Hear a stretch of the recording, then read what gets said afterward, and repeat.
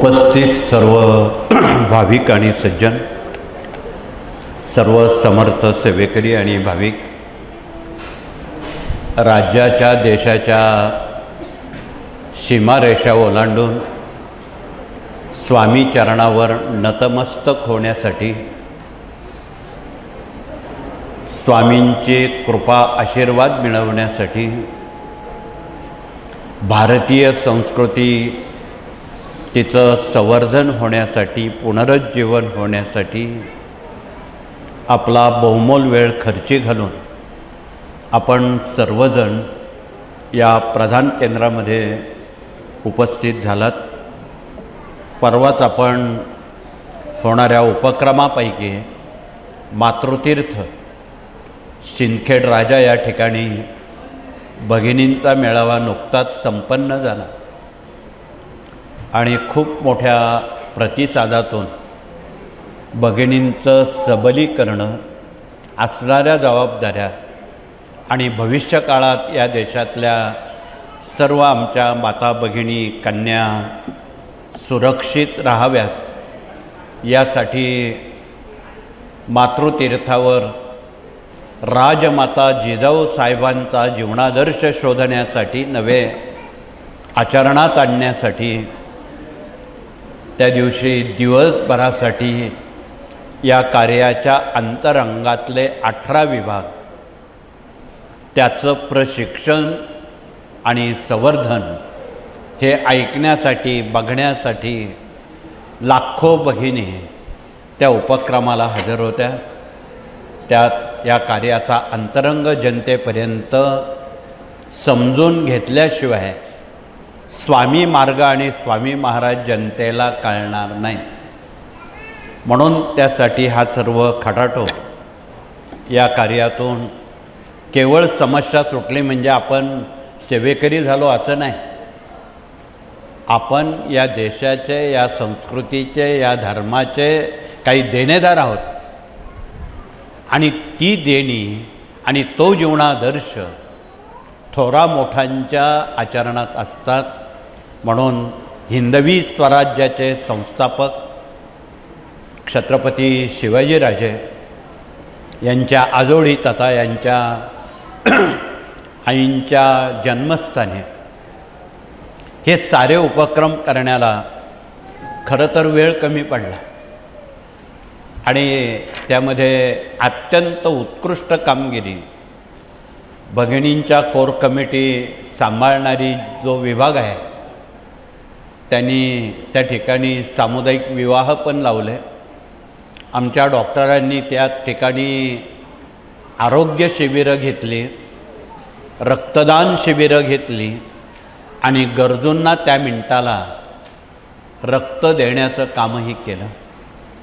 असाच एक प्रसंग आपणाला आठवत असेल, कारगिल युद्धाच्या वेळी नाशिक जिल्ह्यात सह राज्यामध्ये आरोग्य शिबिरं घेतली गेली आणि त्या काळात 99 साली सुमारे सेवेकऱ्यांनी 4,500 रक्ताच्या पिशव्या सैन्यांना कारगिलमध्ये पाठवल्या. परिणाम असा झाला, सेवेकऱ्यांचं रक्त पोचताच विजयश्रीनं भारताच्या विजयात भर पाडली आणि सैन्यांना द्वेष आला आणि त्यांनी विजय संपादन केला. हे वास्तव लपवता येत नाही. जरी आपल्याला प्रत्यक्ष लढायला जाता आलं नाही, परंतु त्या ठिकाणी केली जाणारी मदत, पोचवली जाणारी ऊर्जा, पोचवली जाणारी सेवा ही कमी नाही. म्हणून यामध्ये सामुदायिकत्व आणि राष्ट्रभक्ती भरलेली आहे. म्हणून आपण सर्वजणांनी केवळ स्वतःपुरते प्रश्न पाहू नका. देशावर येणाऱ्या परिस्थितीचा सामना करताना या कार्याचा अंतरंग समजून घ्या. इथे जे बहुविध विभागात काम करणारे प्रतिनिधी आलेले आहेत, त्यात प्रश्न उत्तर विभाग आहे. त्यामध्ये हे सारे प्रतिनिधी स्वतः कधीही प्रश्न विचारत नाही, कोणाचे आणत पण नाही, परंतु आलेल्या लोकांचे प्रश्न मार्गी लावण्याचं काम मात्र ते आपला स्वतःचा वेळ खर्ची घालून करतात. तर सर्वप्रथम प्रश्न उत्तर प्रतिनिधींनी आपला परिचय द्यावा आणि दिवसभरासाठी जे भाविक आपल्या समस्या सोडवण्यासाठी आलेले आहेत त्यांना ही फार मोठी पर्वणी आहे आणि हे विनामूल्य काम करतायत हे पण लक्षात ठेवावं. असलं काम जगात सेवेकऱ्यांशिवाय जगात कोण करत नाही हे आपणाला माहीत आहे. म्हणून आपणाला कळकळीचं निवेदन आहे की लष्कराच्या भाकरी थापणं, घरावर तुळशीपत्र ठेवणं ही एक पारमार्थिक परोपकार बाब आहे. म्हणून ती कृपया जनमानसामध्ये चांगल्या भाषेत पोचवणं क्रमप्राप्त आहे. म्हणून हा प्रश्न उत्तर विभाग या ठिकाणी सूर्योदय ते सूर्यास्तापर्यंत आलेल्या भाविकांचं मनोगत जाणून त्यांना मार्गदर्शन करत असतात. खरं तर आपण आला नाहीत, स्वामींनी आपणाला इथे पाठवलेलं आहे. मग स्वामींनी जर आपणाला पाठवलेलं आहे तर आपणाला स्वामींचा मार्ग, स्वामींचं कार्य आर्तपीडित, दुःखित, मुमुक्षित, गरजूंपर्यंत आपल्याला पोचवायचं आहे पोस्टमनप्रमाणे. म्हणून आपण ही पोस्टमनची जिम्मेदारी घ्यावी आणि हे काम जनमानसापर्यंत, गरजूंपर्यंत त्याचे अश्रू पुसणं, माणुसकीची संस्कृती समृद्ध करणं ही सारी कामं या कार्याच्या अंतरंगांमध्ये भरलेली आहे. त्याचा आपण थोडक्यात परामर्श घेणार आहोत. त्याचा आपण विभागवारी ती समजून घेण्याचा प्रयत्न करत आहोत. तर पुढचा विभाग मूल्यशिक्षण, गर्भसंस्कार आणि शिशुसंस्कार गुरुजन प्रतिनिधी घेऊन आलेले आहे. त्यांनी आपला परिचय देऊन आपलं वार्धक्य आणि आपलं म्हातारपण हे पुढच्या पिढीवर अवलंबून आहे. म्हणून पुढची पिढी, नवी पिढी पुंडलिक आणि श्रावणबाळ झाली पाहिजे. म्हणजे तुमचं म्हातारपण सुखात जाईल. तुमचं म्हातारपण सुखात घालवायचं असेल तर त्या पुंडलिकांवर, त्या श्रावणबाळांवर संस्कार करावे लागतील. ते संस्काराशिवाय शक्य नाही. म्हणून संस्कार केले तर संस्कृती टिकेन, संस्कृती टिकली तर धर्म टिकेन आणि धर्म टिकला तरच देश टिकेन. हे वास्तव लपवता येत नाही आणि येणार नाही. म्हणून आज इथे बरे डॉक्टर लोकसुद्धा आलेले आहेत. ते पण थोड्या वेळात परिचय देतील. तथापि या विभागातून आपणाला आता शाळा सुरू होतील. आपण शिक्षक, पालक विद्यार्थ्यांपर्यंत पोचवावं. विद्यार्थ्यांनी कसं शिकावं, स्मरणात अभ्यास राहण्यासाठी काय उपाययोजना करावी, पालकांनी कसं वागावं हा सर्वात महत्त्वाचा मुद्दा आहे. आणि पालकांना हे कोणी सांगण्याचं धारिष्ट करणार नाही. पालकसुद्धा बऱ्याच वेळा मुलांना सारखा लकडा लावतात. तो अभ्यास करत नाही, तो अभ्यास करत नाही. आणि 10 वेळा असं बोललं, खरंच मुलं अभ्यास करत नाही. यात एकच आहे मानसशास्त्रदृष्ट्या, मुलांना, मुलींना पालकांनी गोड भाषेत जर सांगितलं तू चांगला अभ्यास करतोस असं जर दिवसातून एकदा दोनदा म्हटलं, नक्कीच मुलं चांगला अभ्यास करतील. याला मानसशास्त्र म्हणतात. म्हणून पालकांनाही मानसशास्त्र सांगण्याची आणि शिकवण्याची सध्या वेळ आलेली आहे. म्हणून आमचे गुरुजन काही ग्रंथ हातात घेऊन पालकांना कसं घडवावं, शिक्षकांना कसं घडवावं आणि विद्यार्थ्यांनी कसं वागावं याची तेरीज त्या ग्रंथातून सांगतायत. ग्रंथ समजले तर संत समजतील, संत समजले तर भगवंताकडे जाता येईल. म्हणून या शतकत्रयीमध्ये आपलं दैनंदिन जीवन उज्ज्वल आणि यशस्वी करण्यासाठी हा एक अत्यंत अनमोल महत्त्वाचा विषय विभाग आहे. आणि त्यामध्ये आहार, विहार, आचार, विचार, व्यसनबंदी, संस्कार या साऱ्या विभागांचा समावेश आहे. त्यावर खूप तपशिलात वेळेअभावी मला बोलणं अशक्य आहे. परंतु आपण बसलेले सर्वजण सुज्ञ आहात. फार तपशिलात सांगण्याची मला वाटतं जरूर पडेल असं वाटत नाही. त्या ग्रंथांची जर तुम्ही पानं चालली तर अधिक माहिती देण्याचं प्रयोजन नाही. पुढचा विभाग या ठिकाणी विवाह मंडळ आलेलं आहे. त्यांनी परिचय देऊन परवा त्यांनी मातृतीर्थावर 11 विवाह त्या ठिकाणी एका दिवसात लावले. हुंडा न घेता, सोनं नाणं न घेता, मुलामुलींची पसंती आणि ऋणानं बंद या बाबींना बरोबर घेऊन जिजामातेच्या साक्षीनं त्या ठिकाणी विवाह लावले. आणि गेल्या 80 वर्षात आज तगायत या कार्यातून स्वामींच्या कृपेनं जेवढी विवाह झाली, आज तगायत एकही घटस्फोट फारकती झालेल्या नाहीत. म्हणून आपणाला कळकळीनं सांगावंसं वाटतं, विवाह करताना घाई करू नका, अवखळ बुद्धी मनात आणू नका, केवळ आकर्षण म्हणून विवाह करू नका, त्याचा ऋणानं बंद बघा. आणि हा ऋणानं बंद आज तगायत लाखो वर्षात आमच्या जुन्या लोकांनी तो पुनर्जीवित नव्हे जिवंत ठेवलेला आहे.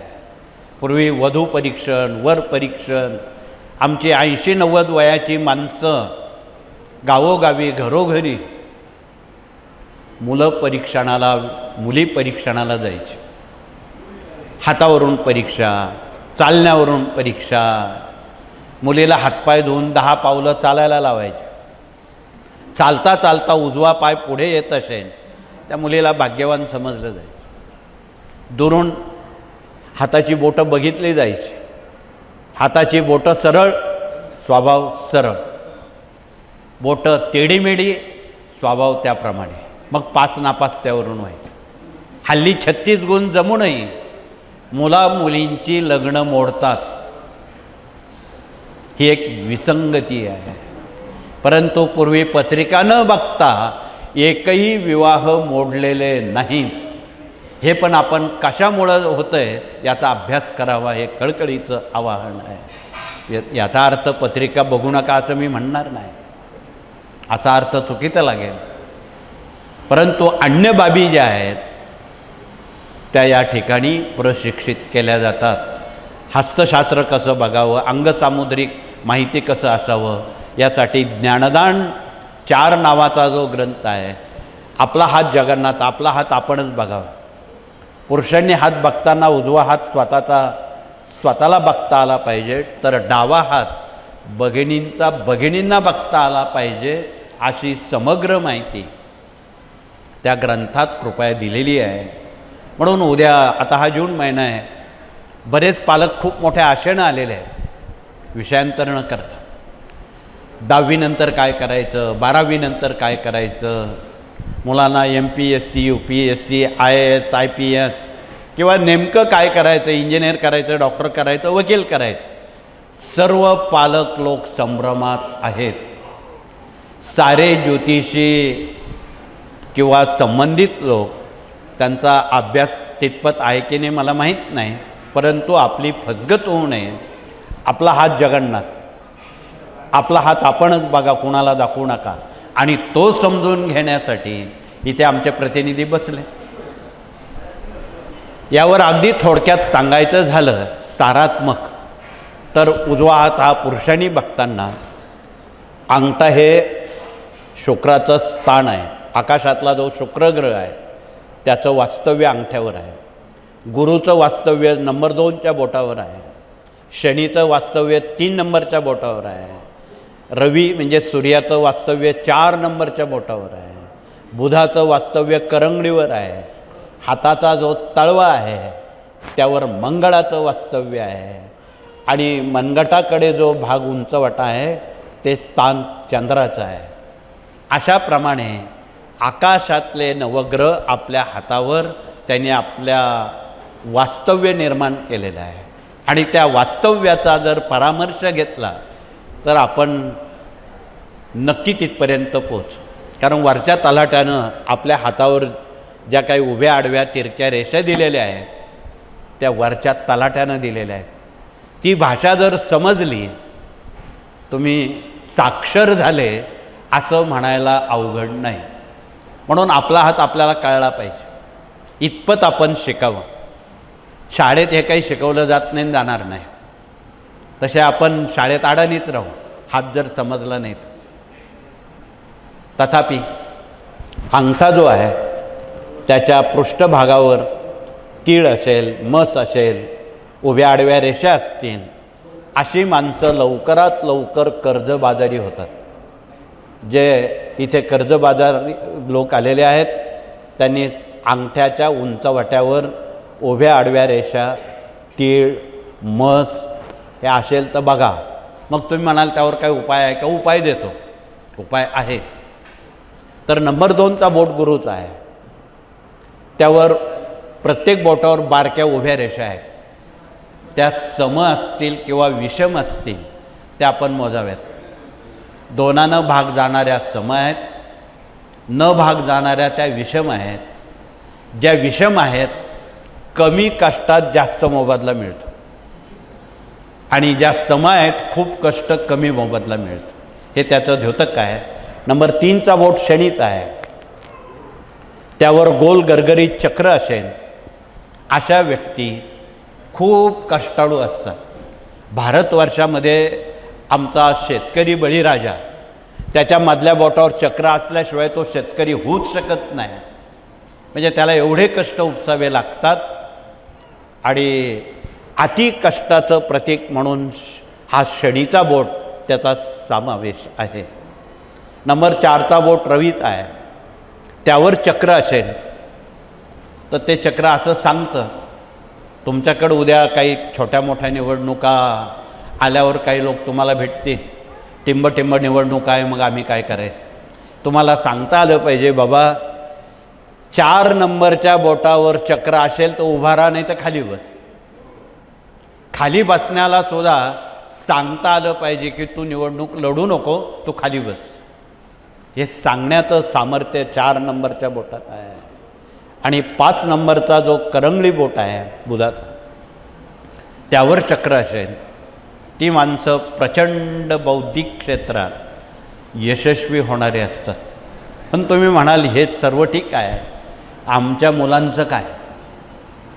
उत्तर आहे, हाताचा जो मधला तळवा आहे तो मंगळाचा आहे आणि हाताच्या मध्यभागी कोठेही फुली किंवा गुणाकाराचं चिन्ह आल्यास अशा व्यक्ती नामांकित इंजिनियर, तंत्रज्ञ होतात. तथापि त्याचं सत्यता पडताळून बघायची असेल, इथे काही आमच्या मुली काही इंजिनियर लोक आलेले आहेत, त्यांनी उभं राहून आपल्या हाताच्या तळव्यावर निशाणा करावा फाउंटन पेननं आणि उभं राहून दाखवावं आपण इंजिनियर आहात म्हणून. म्हणजे त्यासाठी सर्व्हिस करणारे इंजिनियर नको, ज्यांना तंत्र, यंत्र, उपकरणं, कॉम्प्युटर याची माहिती आहे त्याला इंजिनियर म्हणतात. आणि शेतकरी राजा हा खरा इंजिनियरच आहे. त्याला इलेक्ट्रिक मोटरही दुरुस्त करता आली पाहिजे, त्याला ड्रायव्हिंग करता आली पाहिजे, त्याला ट्रॅक्टर चालवता आला पाहिजे, तो इंजिनियरच आहे. म्हणून काही आमचे अंगठेबाज माणसं सारी यंत्रमशिनरीत यशस्वी आहेत. बरेच लोकांचे गॅरेज आहेत, सही निशाणे डाव्या हाताचा अंगठा आहे, पण गॅरेजमध्ये गाडीचं काय बिघडलं ते ताबडतोब त्यांना कळतं. मग ते इंजिनियर नाही का? शिकलेल्याच माणसांना इंजिनियर म्हणता येईल का? अजिबात नाही. त्याच्या मंगळाच्या मैदानावर कोठेही फुली आल्यास अशा विद्यार्थ्यांची पत्रिका बघू नका, त्यांना तंत्र, यंत्र, उपकरणं, कॉम्प्युटर त्या विभागात डोळे झाकून पाठवा, ते त्यात यश मिळेल. अर्थात अभ्यास केला तर, असा खोटा अर्थ लावू नका. अभ्यास केला तर. हे झालं इंजिनियर लोकांचं. वकील, BCom, CA, LLB यांच्यासाठी हा जो करंगळीचा बोट आहे याच्या बुडापासून बुधरेषा सरळ असेल, अशा व्यक्ती या क्षेत्रात यश संपादन करतात अभ्यास केला तर. ज्यांना LLB व्हायचं आहे, BCom व्हायचं आहे, CA व्हायचं आहे, त्यांना न्यायाधीश व्हायचं आहे, त्यांच्यासाठी हा करंगळी बोट उपयुक्त आहे. ज्यांना डॉक्टर व्हायचं आहे, त्यात बरेच डॉक्टर लोक आलेत, काही कॅम्प घेत आहेत, रक्तदान शिबिर घेत आहेत. हा जो 4 नंबरचा बोट आहे सूर्याचा, त्याच्या बुडापासून सरळ रवी रेषा आली असेल, अशा विद्यार्थ्यांना तुम्ही मेडिकल, सायन्स, डॉक्टर या विभागाकडे डोळे झाकून पाठवा, अर्थात अभ्यास केला तर. म्हणून या साऱ्या बाबी तुझे आहे तुझं पाशी, परी जागा चुकलाशी. म्हणून हस्तशास्त्र तसं खूप सोपं शास्त्र आहे. ते आपण उगाच त्यावर न्यूनगंड आपल्या मनात आहे तो आपण दूर करावा, हे कळकळीचं आवाहन. तसंच हस्तसामुद्रिकामध्ये, अंगसामुद्रिकामध्ये सोपे सोपे ठोकताळे आहेत. आपण ज्यावेळी हसतो, बोलतो, कपाळावर काही परीक्षा आहेत. ज्यांचं कपाळ खूप मोठं आहे त्यांच्या पत्रिकेत कुठेतरी मंगळ आहे, आणि मंगळाची माणसं मोठ्या कपाळाची असतात, आरंभी शूर असतात, अपमान सहन होत नाही, खोटं चालत नाही आणि बॉसिंग चालत नाही, असा त्यांचा स्वभाव असतो. अशी मोठ्या कपाळाची माणसं असतात. त्यावरही हसताना बोलताना आठ्या पडतात. आठ्या पडण्याच्या दोन बाबी आहेत. चुकून तुम्ही एखाद्या घरी पाहुणं म्हणून गेलात आणि तिथे आल्या आल्या कब्बाशा भांडी वाजली, ते आठ्या पडणं वेगळं. चुकून तुम्ही जर सदाशिव पेठेत किंवा नारायण पेठेत पुण्याला मित्राकडे गेलात किंवा नातलगांकडे गेलात, ते तुमचं शाब्दिक भाषण खूप चांगल्या पद्धतीत आरजावून करतील, चांगलं स्वागत करतील. आपण चहा घेऊन आलाच असाल, जेवण करून आलाच असाल, पुढच्या वेळी आमच्याच घरी या, म्हणजे आम्ही कुलूप लावून निघून जाऊ. अशाही भाषा आहेत. ही भाषा लवकर फार कमी लोकांना कळते. परंतु या सर्व आठ्या कपाळावरच्या असं सांगतात, विद्यार्थ्यांच्या करिअरविषयी, शिक्षणाविषयी आपण त्यांचा वापर करू. बाकीचा विनोद थोडा वेळ सोडून द्या, परंतु ज्ञान म्हणून किंवा याचा फायदा म्हणून हसताना बोलताना कपाळावर पहिली आठी पूर्ण पडते, अशा विद्यार्थ्यांना तुम्ही IASकडे पाठवा. महाराष्ट्रात, भारतात जेवढे कलेक्टर आहेत ते ओळखायचे असतील तर तुम्ही त्यांना हसताना बघा, पहिली आठी पूर्ण पडत असेल. आणि अभ्यासाशिवाय कलेक्टर होणार नाही. बिना अभ्यासानं ते होऊ शकत नाही. नंबर 2ची आठी पूर्ण पडत असेल असे विद्यार्थी तंत्र, यंत्र, उपकरणं, कॉम्प्युटर, इंजिनियर, आर्किटेक्ट या विभागाकडे पाठवा.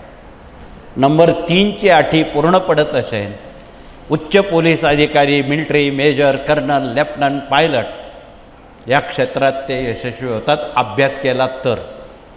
ज्यांच्या सगळ्या रेषा तुटलेल्या असतील अशा व्यक्ती असामान्य पदाला, सर्वोच्च पदाला जाणाऱ्या असतात. पाणी तेरा रंग कैसा, जिसमें मिलाए वैसा, म्हाताऱ्यासारखे, तरुणात तरुणासारखे असतात. म्हणून या कपाळावर बरंच काही लिहिलेलं आहे, ते वाचता आलं पाहिजे. बऱ्याच जणांच्या कपाळावर जिथे आपण गंध लावतो त्या ठिकाणी तीळ चिन्ह, मस चिन्ह, काळा टिपका असेल, अशा लोकांना तुम्ही पहिला नमस्कार घाला, बाबा तू मोठ्या बापाचा. का? असे लोक वाद घालण्यामध्ये नंबर 1ला असतात.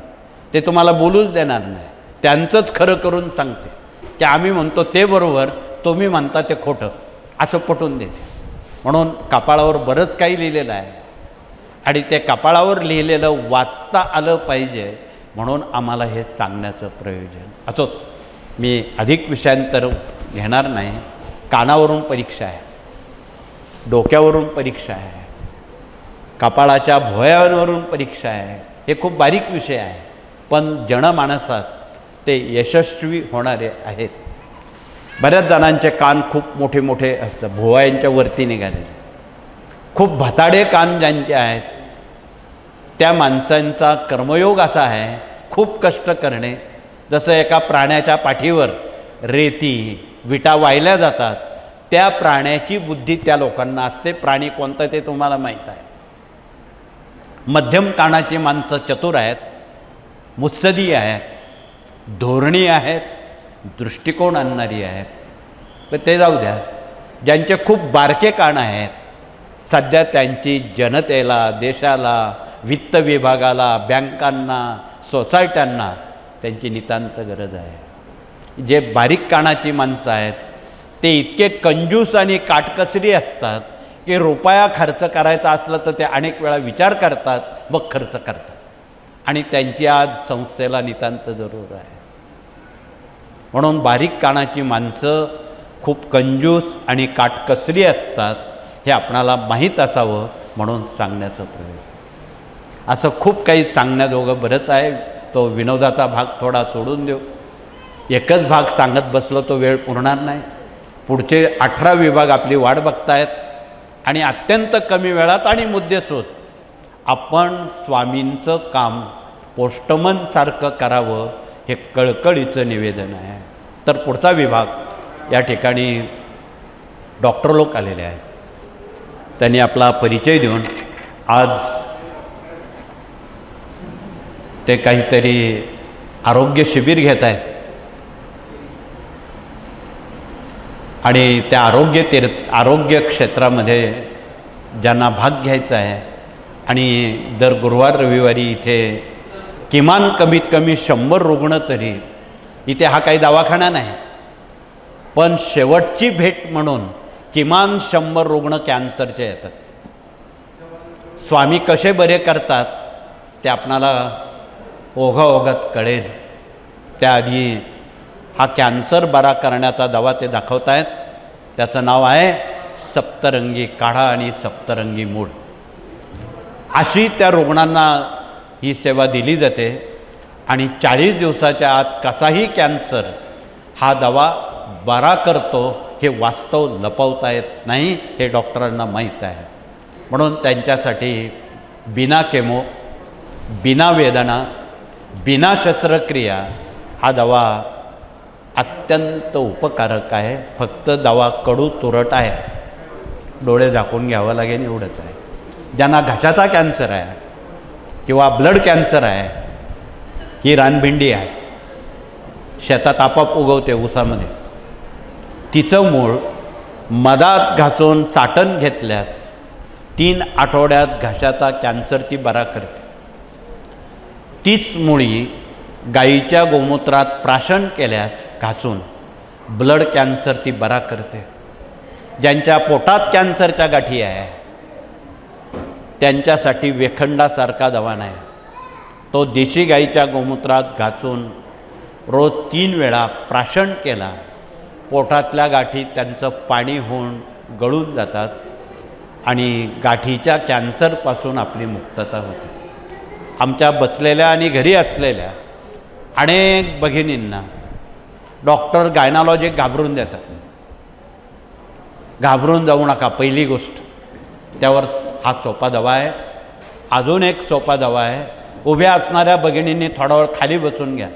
हे तुमच्यासाठी सांगून राहिलो आहे. आम्हाला काम नाही म्हणून सांगण्याचा भाग नाही. ज्यांना पटेल त्यांनी बसावं, ज्यांना आवडत नाही त्यांनी मुकाट्यानं मौनानं निघून जावं. सांगण्याचा आशय याचा आहे की ही उपयुक्त माहिती दिव्यानं दिवा ज्योतीनं ज्योत लावण्यासाठी जनतेपर्यंत कृपया आपण पोचवावी. तो दुसरा दवा इतका सोपा आहे.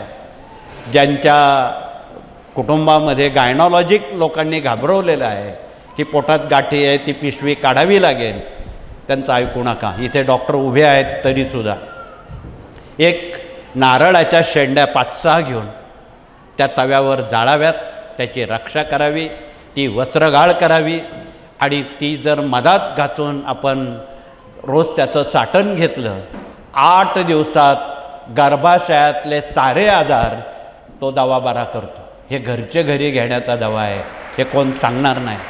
म्हणून डॉक्टरांनी सुद्धा रुग्णांना हे सांगायला हरकत नाही असं कळकळीनं आमचं सांगणं आहे की विनाकारण कोणाची शस्त्रक्रिया करणं, दुखापत करणं किंवा वेदना होतील असं करणं हे गैर आहे. म्हणून आयुर्वेदामध्ये कुठलीही शस्त्रक्रिया नाही, वेदना नाही, बिना वेदना, बिना शस्त्रक्रिया. ज्याला औषधं देता येतात तो खरा दवा आणि तो खरा डॉक्टर. त्यापैकी इथे हे डॉक्टर लोक आलेले आहेत. आणि याच पार्श्वभूमीवर आपण त्र्यंबकेश्वरला एक आरोग्यधाम मोरेदादा चॅरिटेबल हॉस्पिटल आकार घेतं आहे. सिंहस्थापूर्वी त्या ठिकाणी आम देशवासियांना किंवा सिंहस्थाला आलेले अनेक सज्जनांना एक आपला हक्काचं हॉस्पिटल त्या ठिकाणी आकार घेत आहे. त्या ठिकाणी कॅन्सर असो, अथतई ते आजार असो, ते मोफतपणे त्या ठिकाणी संकल्प सुटलेला आहे. त्या ठिकाणी मोफत इलाज केले जाणार आहे. म्हणून आपण कृपया आमच्या डॉक्टरांशी तादाम्य साधावं आणि आम जनतेला या दुःखातून मुक्त करावं. हे कळकळीचं माणुसकीचं शास्त्र आमच्या डॉक्टरांनी जनतेपर्यंत कृपया पोचवावं, हे कळकळीचं निवेदन आहे. आणि हे सर्वांसाठी आहे. यावर खूप बोलता येईल. तथापि आमच्या सर्व माता भगिनींच्या किचनच्या मसाल्याच्या डब्यात डझनभर औषधं आहेत सगळ्या भगिनींची. त्यात हळद आहे, जिरं आहे, मिरं आहे, तेजपान आहे, दालचिनी आहे, खूप औषधं आहे. खरं ती स्वयंपाकाची आयुधं नाहीत, ती औषधं आहेत. आपल्याला जगण्यासाठी, निरोगी राहण्यासाठी ती औषधं आहेत. तिचा योग्य तो वापर करा. बऱ्याच वेळा हिमोग्लोबिन कमी होतं, प्लेटलेट कमी अधिक होतात. त्यावेळी 1 ग्रॅम जिरं विड्याच्या पानात आपण चावून खाल्लं, 3 दिवसात हिमोग्लोबिन आणि प्लेटलेट पूर्वपदावर येतात. काहीही करायची गरज नाही. एवढं सायन्स, एवढं विज्ञान आमच्या माता भगिनींजवळ आहे. ते मसाल्याच्या डब्यात आहे. खरं तर मसाल्याच्या डब्यावर इथे बसलेल्या आणि घरी असलेल्या आमच्या भगिनींनी अभ्यास करावा, त्यावर PhD करावं. म्हणजे फार कमी डॉक्टर लोकांचं काम कमी होईल. तुम्ही स्वतःचं आरोग्य आणि कुटुंबियांचं आरोग्य अबाधित ठेवाल अशी आम्हाला खात्री आहे. म्हणून मसाल्याच्या डब्याचा अभ्यास करा. स्वयंपाक करताना काळजी घ्या. हल्ली नवी पिढी स्वयंपाक खूप अवखळ बुद्धीनं करते. पायात पायतनं असतात, समोर TV असतो, हातात मोबाईल असतो, स्वयंपाक चुकतो. म्हणून आमच्या जुन्या भगिनी पिठलं भाकरी करताना, झुणका भाकर करताना असं चवदार त्या बनवायच्या की त्यांच्या हातात त्यावेळी मोबाईल नव्हता, समोर TV नव्हता, पायात पायतनं नसायची. अत्यंत एकाग्रपणे त्या पाकशास्त्रात मग्न व्हायच्या. प्रसंगी 4 माणसं जादा पाहुणे आले, स्वयंपाक पुरायचा. हे वास्तव आजही लपवून ठेवता येत नाही, येणार नाही. वास्तव कधी लपवता येत नाही. पण वस्तुस्थिती सांगणं क्रमप्राप्त आहे. म्हणून हा घरच्या घरी आयुर्वेद म्हणून हा भगिनींनी याची पानं चाळावीत आणि आपल्या साऱ्या कुटुंबियांना महत्त्वाचा सल्ला देताना त्यांचं जीवन निरोगी राहील, त्यांना हॉस्पिटलमध्ये भरती व्हायची वेळ येणार नाही, असंच स्वयंपाक तुम्ही करा. हे कळकळीचं सांगणं आहे. खूप डॉक्टर वाढले म्हणजे मेडिकलला जाऊन काही लोक डॉक्टरकडे न जाता गोळ्या घेऊन वेळ पास करतात. तसं व्हायला नको. यावर खूप बोलता येईल. तथापि पुढचा विभाग या ठिकाणी वास्तुतज्ञ प्रतिनिधी इंजिनियर आर्किटेक्ट आलेले आहेत. त्यांनी आपला परिचय देऊन उपकृत करावं. अनेक वेळा वास्तूमध्ये भांडणं होतात, कर्ज वाढतं, आजारपण येतं, अपघात होतो, अकाली मृत्यू, अपघाती मृत्यू होतो, कार्यकारण भाव कळत नाही. अशावेळी वास्तू तपासताना हे ज्ञानदान 1 ते 4 ग्रंथ आहेत, त्याच्या आकृत्या दिलेल्या आहेत. अपघात होऊ नये म्हणून ज्याच्या घराचं प्रवेशद्वार नैऋत्येला आहे, तथा ईशान्येला टॉयलेट आहे, नेहमी अपघात होणार. हे काळ्या दगडावरचे रेग आहे.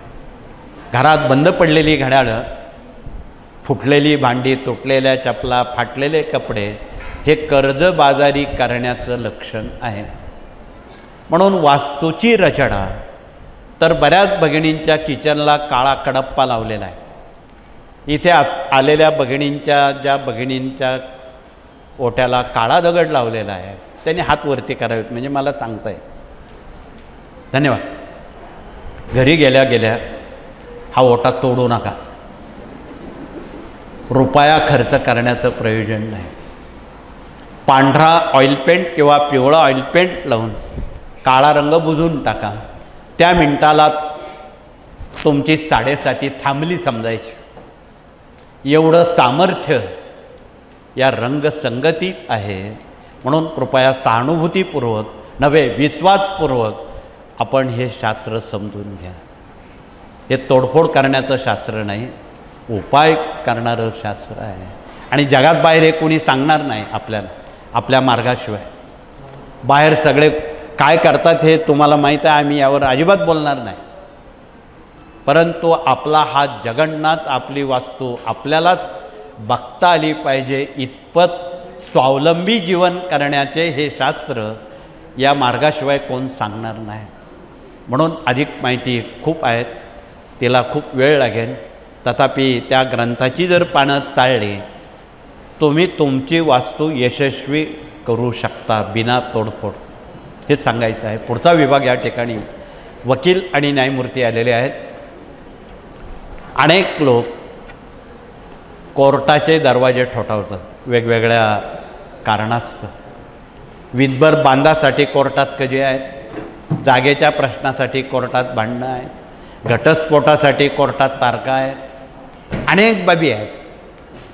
पण इथे जे कायदेशीर सल्लागार आलेले आहेत, ज्यांना केंद्र उभारणी करायची, साप्ताहिक दैनिक खरेदीचा प्रश्न आहे, जागेचा प्रश्न आहे, बक्षीसपत्राचा प्रश्न आहे, ते या विभागातून निश्चितपणे त्यांना मार्गदर्शन करतात आणि लोकन्यायालयामधून ते प्रश्न प्रलंबित असणारे निवारण करतात. म्हणून आमच्या वकील आणि कायदेशीर लोकांशी कृपया आपण संवाद साधा, हे कळकळीचं आवाहन आहे. पुढचा विभाग या ठिकाणी प्रशासकीय कामकाज आणि प्रशिक्षण प्रतिनिधी आलेले आहेत. त्यांच्यासोबत अन्य प्रतिनिधी आलेले आहेत. स्वयंरोजगार विभाग, पर्यावरण प्रकृती विभाग, पशुगोवंश विभाग, माहिती तंत्रज्ञान विभाग, युवा प्रबोधन विभाग, दुर्ग अभियान प्रतिनिधी, देश विदेश अभियान प्रतिनिधी, हे सर्व 7 ते 8 प्रतिनिधी गावोगावी आणि तालुका जिल्हा स्तरावर या कार्याचा अंतरंग सांगतात की केवळ फक्त जटा वाढणं, जप करणं, देवपूजा करणं एवढ्यावर हा मार्ग उभा नाही. अगदी खरं बोलायचं स्वामींसमोर तर या मार्गातून फक्त 20% आध्यात्मिक सेवा केली जाते, 80% सामाजिक बांधिलकी या कार्यानं स्वीकारलेली आहे. ज्यांना पटत असेल त्यांना आवडेल, नाही पटत तथास्तु आहे. म्हणून हे कळकळीचं सांगणं आहे. म्हणून हे माणुसकीचं शास्त्र आपण या सर्व विभागातून कृपया समजून घेण्याचं करावं. आणि ज्यांना होणाऱ्या 27 जून ते 4 जुलै भागवत नाम सप्ताहामध्ये भाग घ्यायचा आहे, इथे प्रशासकीय कामकाज प्रतिनिधी आलेले आहेत, त्यांच्याकडे आपण नावनोंदणी करावी. म्हणजे मग तुम्हाला मथुरेला भगवान श्रीकृष्णांच्या पदस्पर्शानं पावन झालेल्या भूमीमध्ये जन्मजन्मांतरीचे शाप, ताप, दैन्य, दुःख, उपद्रव, संकट, पूर्वजन्म, पुनर्जन्म, प्रारब्ध याविषयी आपणाला निश्चितपणे शांती मिळेल, सौख्य मिळेल, एवढी गॅरंटी भागवत ग्रंथात दिलेली आहे. हा शेवटचा उपचार आहे. खूप गुरुचरित्र करूनही, खूप पोथ्या वाचूनही सगळे दोष जातील असं म्हणता येणार नाही. परंतु महर्षींनी, व्यासांनी यावर भागवत नावाचं एक आसरं काढलेलं आहे. आणि सध्या जे आपण मिसाईल वापरतो आहोत, हे आध्यात्मिक मिसाईल आहे की कुटुंबामध्ये जर बालसंस्कार नावाचं मिसाईल लावलं तर घरामध्ये शांतता निर्माण होईल, मुलं डोक्यावर बसणार नाहीत, व्यसनाधीन होणार नाहीत. अशी आध्यात्मिक मिसाईल हे 18 आमच्याकडे आहेत. हे 18 मिसाईल जर तुम्ही सोडले, हे वापरले, तर जगात कुठेही युद्ध होणार नाही, कुठल्याही भानगडी होणार नाही, कुठले गुन्हे होणार नाही, कुठले अत्याचार होणार नाही. हे 18 मिसाईल आहेत. आणि हे मिसाईल जर आपण योग्य पद्धतीत वापरले तर मला वाटतं निश्चितपणे देश एक रामराज्याकडे, अगदी स्थितप्रज्ञाकडे जो तो वाटचाल करेल अशी आम्हाला गॅरंटी आहे. म्हणून हे गॅरंटीनं बोलतो आहे. पुढचा विभाग या ठिकाणी याज्ञिकी प्रतिनिधी आलेले आहेत. आकाशात सध्या वादळ, पाऊस यांनी थैमान घातलेलं, उन्हाळा असून पावसाळ्यासारखं वातावरण झालेलं आहे. हे कितपत योग्य आहे ती परिस्थिती सांगेल. तथापि वादळमुक्त व्हायचं असेल तर हा ध्वज गावोगावी लावावा, त्याखाली बसून मारुती स्तोत्र वाचावं, म्हणजे ते वादळ मोजून 3 मिनिटात थांबतं. तर भूकंप थांबवण्यासाठी हे भूकंपरोधक यंत्र आहे, त्याची जर आपण पूजा केली याला रुपया लागत नाही. हे पहिलं आधी भीती तुमची दूर झाली पाहिजे. म्हणून याज्ञिकी प्रतिनिधींनी हे गावोगावी सरपंच, पोलीस पाटील, संबंधित लोकप्रतिनिधी यांच्या कानावर तुम्ही का घालत नाही? हे घातलं पाहिजे, म्हणजे पुढची संकटं टाळतात. हे कळकळीचं निवेदन आहे आणि हे सर्वांच्या कानावर तुम्ही घातलं पाहिजे. शेवटचा विभाग मराठी अस्मिता आणि भारतीय संस्कृती आमच्या माता भगिनींनी जिवंत आणि समृद्ध केलेला विभाग आहे. परवाच आपण मातृतीर्थावर मोठा मेळावा भगिनींचा घेऊन आलो. भारतीय संस्कृती आमच्या माता भगिनींनी आज तागायत जिवंत आणि समृद्ध केलेली आहे. म्हणूनच या देशाला भारत माता म्हणतात. जगाच्या पाठीवर कुठल्याही देशाला माता म्हणत नाही, ना अमेरिकेला, ना जर्मनीला, ना युरोपाला, ना ऑस्ट्रेलिया, आफ्रिका, ना अन्य कुठल्या जगात कुठल्याही राष्ट्राला, ना चीनला कोणी माता म्हणणार नाही. भारतालाच म्हणतात. त्याचं कारण इथे असणाऱ्या भगिनी, घरी असणाऱ्या भगिनी आणि देशात असणाऱ्या आमच्या माता भगिनी यांचं हे श्रेय आहे. प्रचंड नम्रता, सुशिकता, सदाचार आणि संस्कृती याची बांधणी संस्कारात असल्यामुळं भारतीय भगिनी जगामध्ये संस्कृती टिकवायला यशस्वी झालेल्या आहेत. म्हणून त्यांना गुरुचरित्र वाचण्याची परवानगी आमच्या पूर्वाचार्यांनी दिली. स्वामी युगाचे युगप्रवर्तक आणि परमपूज्य दादांचे गुरु नारायणदासजी पिटले महाराजांनी भगिनींचा कळवळा आला, त्यांना बौद्धिक गुलामगिरीतून सोडवलं. आज आमच्या माता भगिनी गायत्री मंत्र करतात, सप्तशती वाचतात, गुरुचरित्र वाचतात, नवनाथ वाचतात, सारी स्तोत्र मंत्र. एक दिवस मुंबईच्या 35 भगिनींनी शंकराचार्यांसमोर हे सारं करून दाखवलं. नव्हे, वास्तुशांतीसुद्धा करून दाखवली. त्या शंकराचार्यांनी तोंडात बोट घातलं आणि हात वरती करून त्यांना शाबासकी दिली की अशा जिजामातांची भारतीय संस्कृतीला घराघरात जरूर आहे आणि जिजामातेनं भारतीय संस्कृतीला एक बक्षिसी दिलेली आहे. आज अनेक पोलीस, अनेक लोक सांगतात महिला सुरक्षित नाहीत. हे खोटं आणि चुकीचं आहे. ते खोटं ठरवायसाठीच आपण मातृतीर्थावर गेलो होतो. ज्यावेळी भगिनी सप्तशती वाचतात आणि ज्यावेळी तुम्ही सप्तशती याग करता त्यावेळी भगवतीला 11 अलंकार आपण समर्पित करतो. त्यातला पहिला अलंकार, त्यातला महत्त्वाचा अलंकार कंकण आहे, काचेची कंकणं आहे. आणि ज्या भगिनी काचेची कंकणं वापरतात त्यांच्याजवळ 156 असल्याचं सामर्थ्य त्या काचेच्या कंकणात आहे. कधीकधी ज्यावेळी आमच्या भगिनी ग्रामीण भागात भांडण करतात, भांडण करतेवेळी ती कंकणं जोरजोरानं मागे घेतात बघा दोन्ही हातात. आणि जशी जशी कंकणं मागे जातात तसं तसं त्या देहामध्ये आदिमाया शक्ती प्रवेश करते. तिचा ऊर्जा, तिचा संचार. पण तो संचार भांडणासाठी वापरू नका, संरक्षणासाठी, आरोग्यासाठी वापरा. म्हणून आमच्या भगिनी स्वयंपाक करता करता कंकणं मागे पुढे घेतात. त्यामध्ये 3 बटणं आहेत, वात, कफ, पित्त. ती दाबली जातात आणि थकवा 1 मिनिटात निघून जातो. सामर्थ्य, आत्मविश्वास वाढतो. शाळेत जाणाऱ्या सर्व मुली आणि आमच्या सर्व भगिनींनी, कॉन्व्हेंटमध्ये शिकणाऱ्या, नव्या शाळेत शिकणाऱ्या मुलींना, महिलांना हे संस्कार करावेत की जर तुम्ही 2-2 काचेची कंकणं घातली, तुमच्यासमोर हिंमत नाही वरती डोळा करून कोणाची बघण्याची. हे फार मोठं अस्त्र आहे. स्वतःचं संरक्षण करण्याचं हे फार मोठं अस्त्र आहे. म्हणून त्यांनी सप्तशती वाचावी, भगवतीचा, जिजामातेचा आदर्श घ्यावा आणि मग कामाला लागावं. हे कळकळीचं आवाहन या विभागाच्या वतीनं आपणाला करण्यात आलेलं आहे. आज भगिनी मनोमणी स्वामींना काही साकडं घालण्यासाठी आलेले आहे. आज पैकी 2 प्रश्न भगिनी मोठ्या प्रमाणात घेऊन आल्यात. आम्ही पहाटेपासून ते सगळे पेपर नजरेखाली घालत आहोत.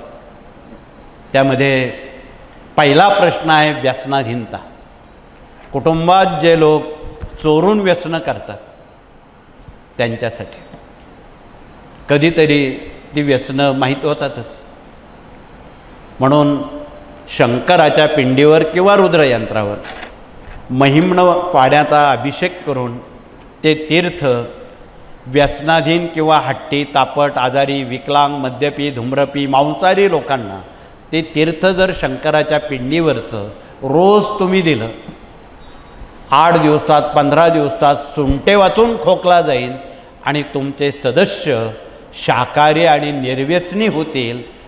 देवाजवळ फार काही मागण्याची गरज नाही, पण डोकं दुखतंय गोळी डोक्याची घ्यावी, पोट दुखतंय पोटाची घ्यावी, भलत्या गोळ्या घेऊ नये हे कळकळीचं आवाहन.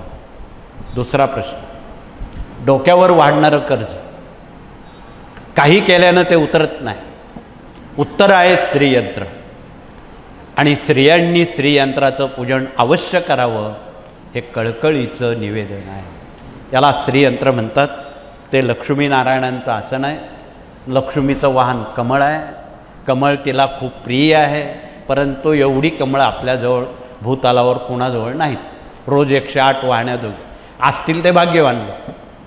परंतु या कार्यानं कमळाच्या फुलातून प्राप्त झालेलं बी, त्याची केलेली माळ ती कमळगड्ड्याची माळ आहे. ही त्या श्रीयंत्रावर अर्पण करावी. दुसऱ्या हातात ही तुळशीची माळ आपण घ्यावी. ही विष्णूंना प्रिय आहे. उद्या एकादशी आहे. एकादशीला भागवत वाचल्यानं जन्मजन्मांतरीचे ताप, शाप, दैन्य, दुःख निवारण होतं. तर या माळेवर आपल्या नित्यसेवेत असणाऱ्या मंत्रांपैकी विष्णू गायत्री, लक्ष्मी गायत्री, कुबेराचा मंत्र, नंतर श्रीसूक्त आणि व्यंकटेश स्तोत्र याच्या पठणानं कर्जमुक्ती, चिंतामुक्ती, ऋणमुक्ती या सेवेनं होत असते. जे लोक इथे कर्जबाजारी झालेले आहेत त्यांनी डोळे झाकून उद्यापासून सेवा श्रीयंत्राची करा. 3 आठवड्यात तुम्हाला चांगले अनुभव येतील. ही काळ्या दगडावरची रेघा आहे. तथापि आमच्या साऱ्या जगातल्या आणि देशातल्या भगिनी लक्ष्मी प्राप्तीची उपासना निमूटपणे करतात. प्रति पौर्णिमेला ही मराठी 5 अध्यायाची पोथी उपलब्ध आहे. एका पाटावर 3 सुपाऱ्या मांडाव्यात. गणपतीवरून कुलदेवता म्हणून फार तर त्यांच्यासमोर श्रीयंत्र, रुद्रयंत्र, कुबेरयंत्र मांडावं. एक वाटीभर शिऱ्याचा प्रसाद करावा. तो नैवेद्य दाखवावा. पोथी वाचून आरती करावी. सत्यनारायण झाला. अर्धा पाऊण तासात होतो. सत्यनारायणाला खर्च 0 रुपये आहे. मटेरियल तुमच्याकडे आहे. कुठून आणायचं काम नाही. केळीचे खुंट नको, आंब्याचे डगळे नको. हे घरचे घरी तुम्हाला 100व्या मजल्यावर राहणाऱ्या भगिनीसुद्धा मुंबईत करतात. तथापि ज्या भगिनी स्वतः पौर्णिमेला सत्यनारायण स्वतः करतात त्यांनी हातवरती करावेत. काही टक्के हात वरती आहेत, परंतु हात न वर करणाऱ्या भगिनी जास्त आहे. मग आता त्यांना कोण सांगेल? तुम्हालाच सांगावं लागेल. सांगणाराला सुद्धा पुण्य मिळतं. म्हणून हात वर असणाऱ्या भगिनींनी, सभोवताली बसणाऱ्या भगिनींना ही लक्ष्मी प्राप्तीची जर सेवा सांगितली, तुमच्याकडं दुप्पट लक्ष्मी वाढेल. सांगणारा जो. म्हणून सांगण्याची काटकसर करू नका. भला करो भला होगा.